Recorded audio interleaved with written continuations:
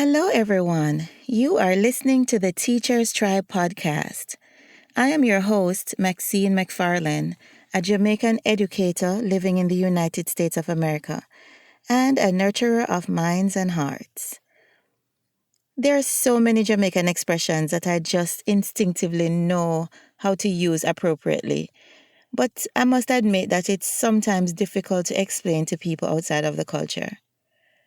I find it interesting that my own children can also figure them out based on the context. The expression that I chose this week always brings a memory that warms my heart and is one I'm reinventing to keep a positive outlook amidst the challenges. I must apologize too for the missing podcast episode last week. It has just been that kind of school year, and I just wasn't able to get it done last week. Anyway, this week, me glad bag bus. Keep listening.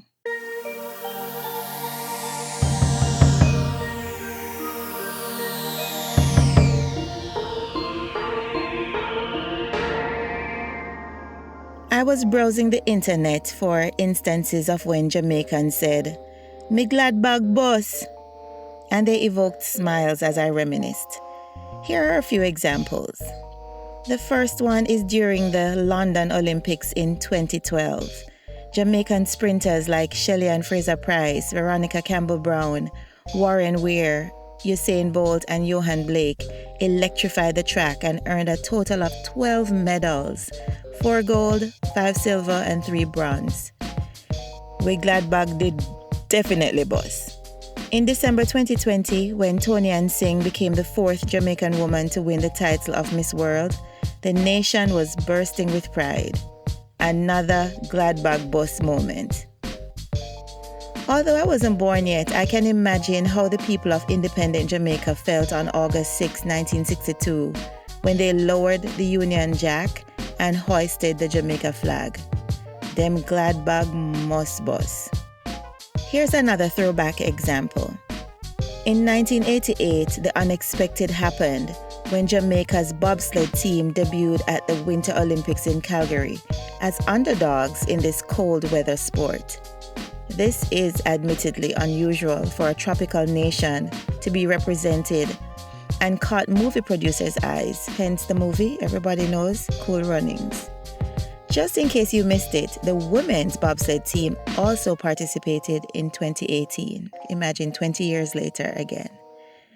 I could go on listing many Gladbach bus moments from Jamaica, but my all-time favorite example is one from my family.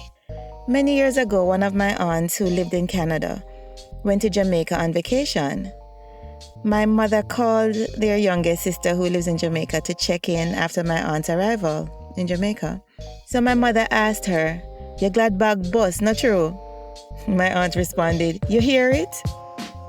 Now, I hope my non-Jamaican listeners are not thinking that a glad bag is a literal bag and is in no way related to the popular brand name. Literally, "me glad bag bus" is translated as "my glad bag burst." This is an expression that simply means someone is extremely happy. The joy cannot be contained. Imagine putting gladness in a bag and filling it up so much that the bag just bursts open. This year, it might be difficult to find such moments. If we are not careful, we could very easily become overwhelmed by all that is happening in the world.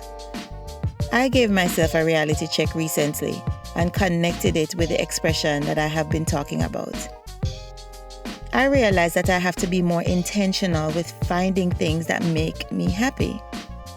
At a time when negativity, challenges, and disappointment abound, the little things will have to be magnified. Let's explore how to adjust our lens. Most of the examples that I mentioned earlier were major events that were highlighted on a large scale and would easily fit into the Gladbach bus category. I have, however, decided that I will focus on ordinary, everyday things that have potential to bring happiness. You might be amazed by how a shift in perspective can make a world of a difference. I know that this is not a new message from me, but it's worth repeating. I have proven Mike Sissel's idea and will share my reflections on how it can be applied to a challenging week in my life. Here's what he said, and I quote, "The lens through which you view the world will greatly affect the quality of your life." End of quote. Students returned to my building on October 26th, and I was filled with so many emotions. I was filled with anxiety, concern for my colleagues who were in the face-to-face classrooms, and discomfort with how much interaction I would have to do. I tried to use various techniques to keep calm and complete the additional duties that were assigned to me. 5 students joined my virtual classroom, awaiting their turn to meet their face-to-face teacher in 2 weeks. I also had to give my colleague a morning break and later pick up lunches from the cafeteria for her students, and I had hallway duty during dismissal. Amidst all of my feelings, I couldn't help but think about how my colleagues were handling things. Their regular classes were disrupted, and they had to entrust their online students to other teachers. They will teach new protocols and establish new classroom routines for 3 consecutive weeks, in addition to keeping up with instruction. They will, in essence, be having the first week of school 3 times within the same school year. Actually, it will be 4 if we include the real first week of school that happened remotely in August.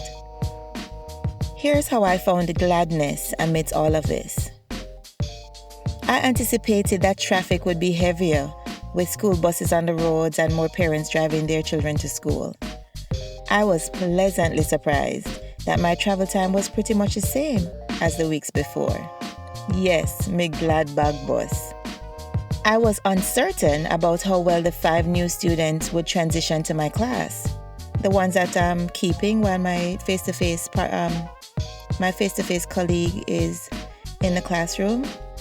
I wondered if there would be any issues with them signing into Google Meet for the first time. I'm happy to report that all 5 students were present and engaged in my virtual classroom every day. As a bonus, collaborating with my teammate about our students was a smooth process. It's no Olympic record, but these little things help to lighten the load. In previous years, I would dread the week when I saw my name on the schedule for hallway duty. This year, I wished it wasn't something that I had to do. Wishful thinking. Fortunately, due to students being in 3 cohorts, there were only a few students in the hallway at one time. Dismissal went smoothly, and I had the pleasure of having mini conversations with a new student who speaks another language, thanks to Google Translate. The dismissal process also went by quickly because there were fewer students to escort to their buses. I would never have thought that I could get through a week of hallway duty without the overwhelming dread. Yes, me glad bag boss. I put a lot of effort into motivating my students and encouraging them to give their best effort in all settings.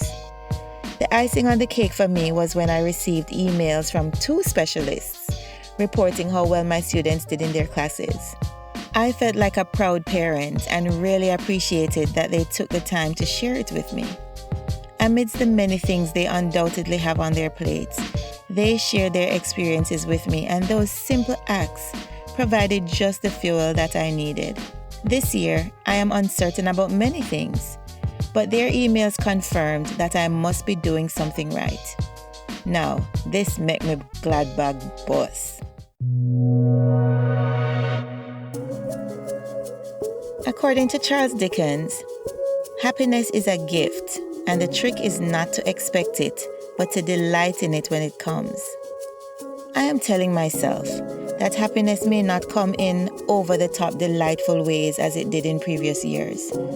It may be hard to find and maintain one's happiness during a pandemic and amidst unrest and uncertainty in our world, but I encourage you to adjust your focus. Parents and caregivers, every time you hear your child scream excitedly, play gleefully, or laugh out loud, focus on that. Find happiness in the fact that he or she is finding enjoyment, although life is not the same as it was last year this time.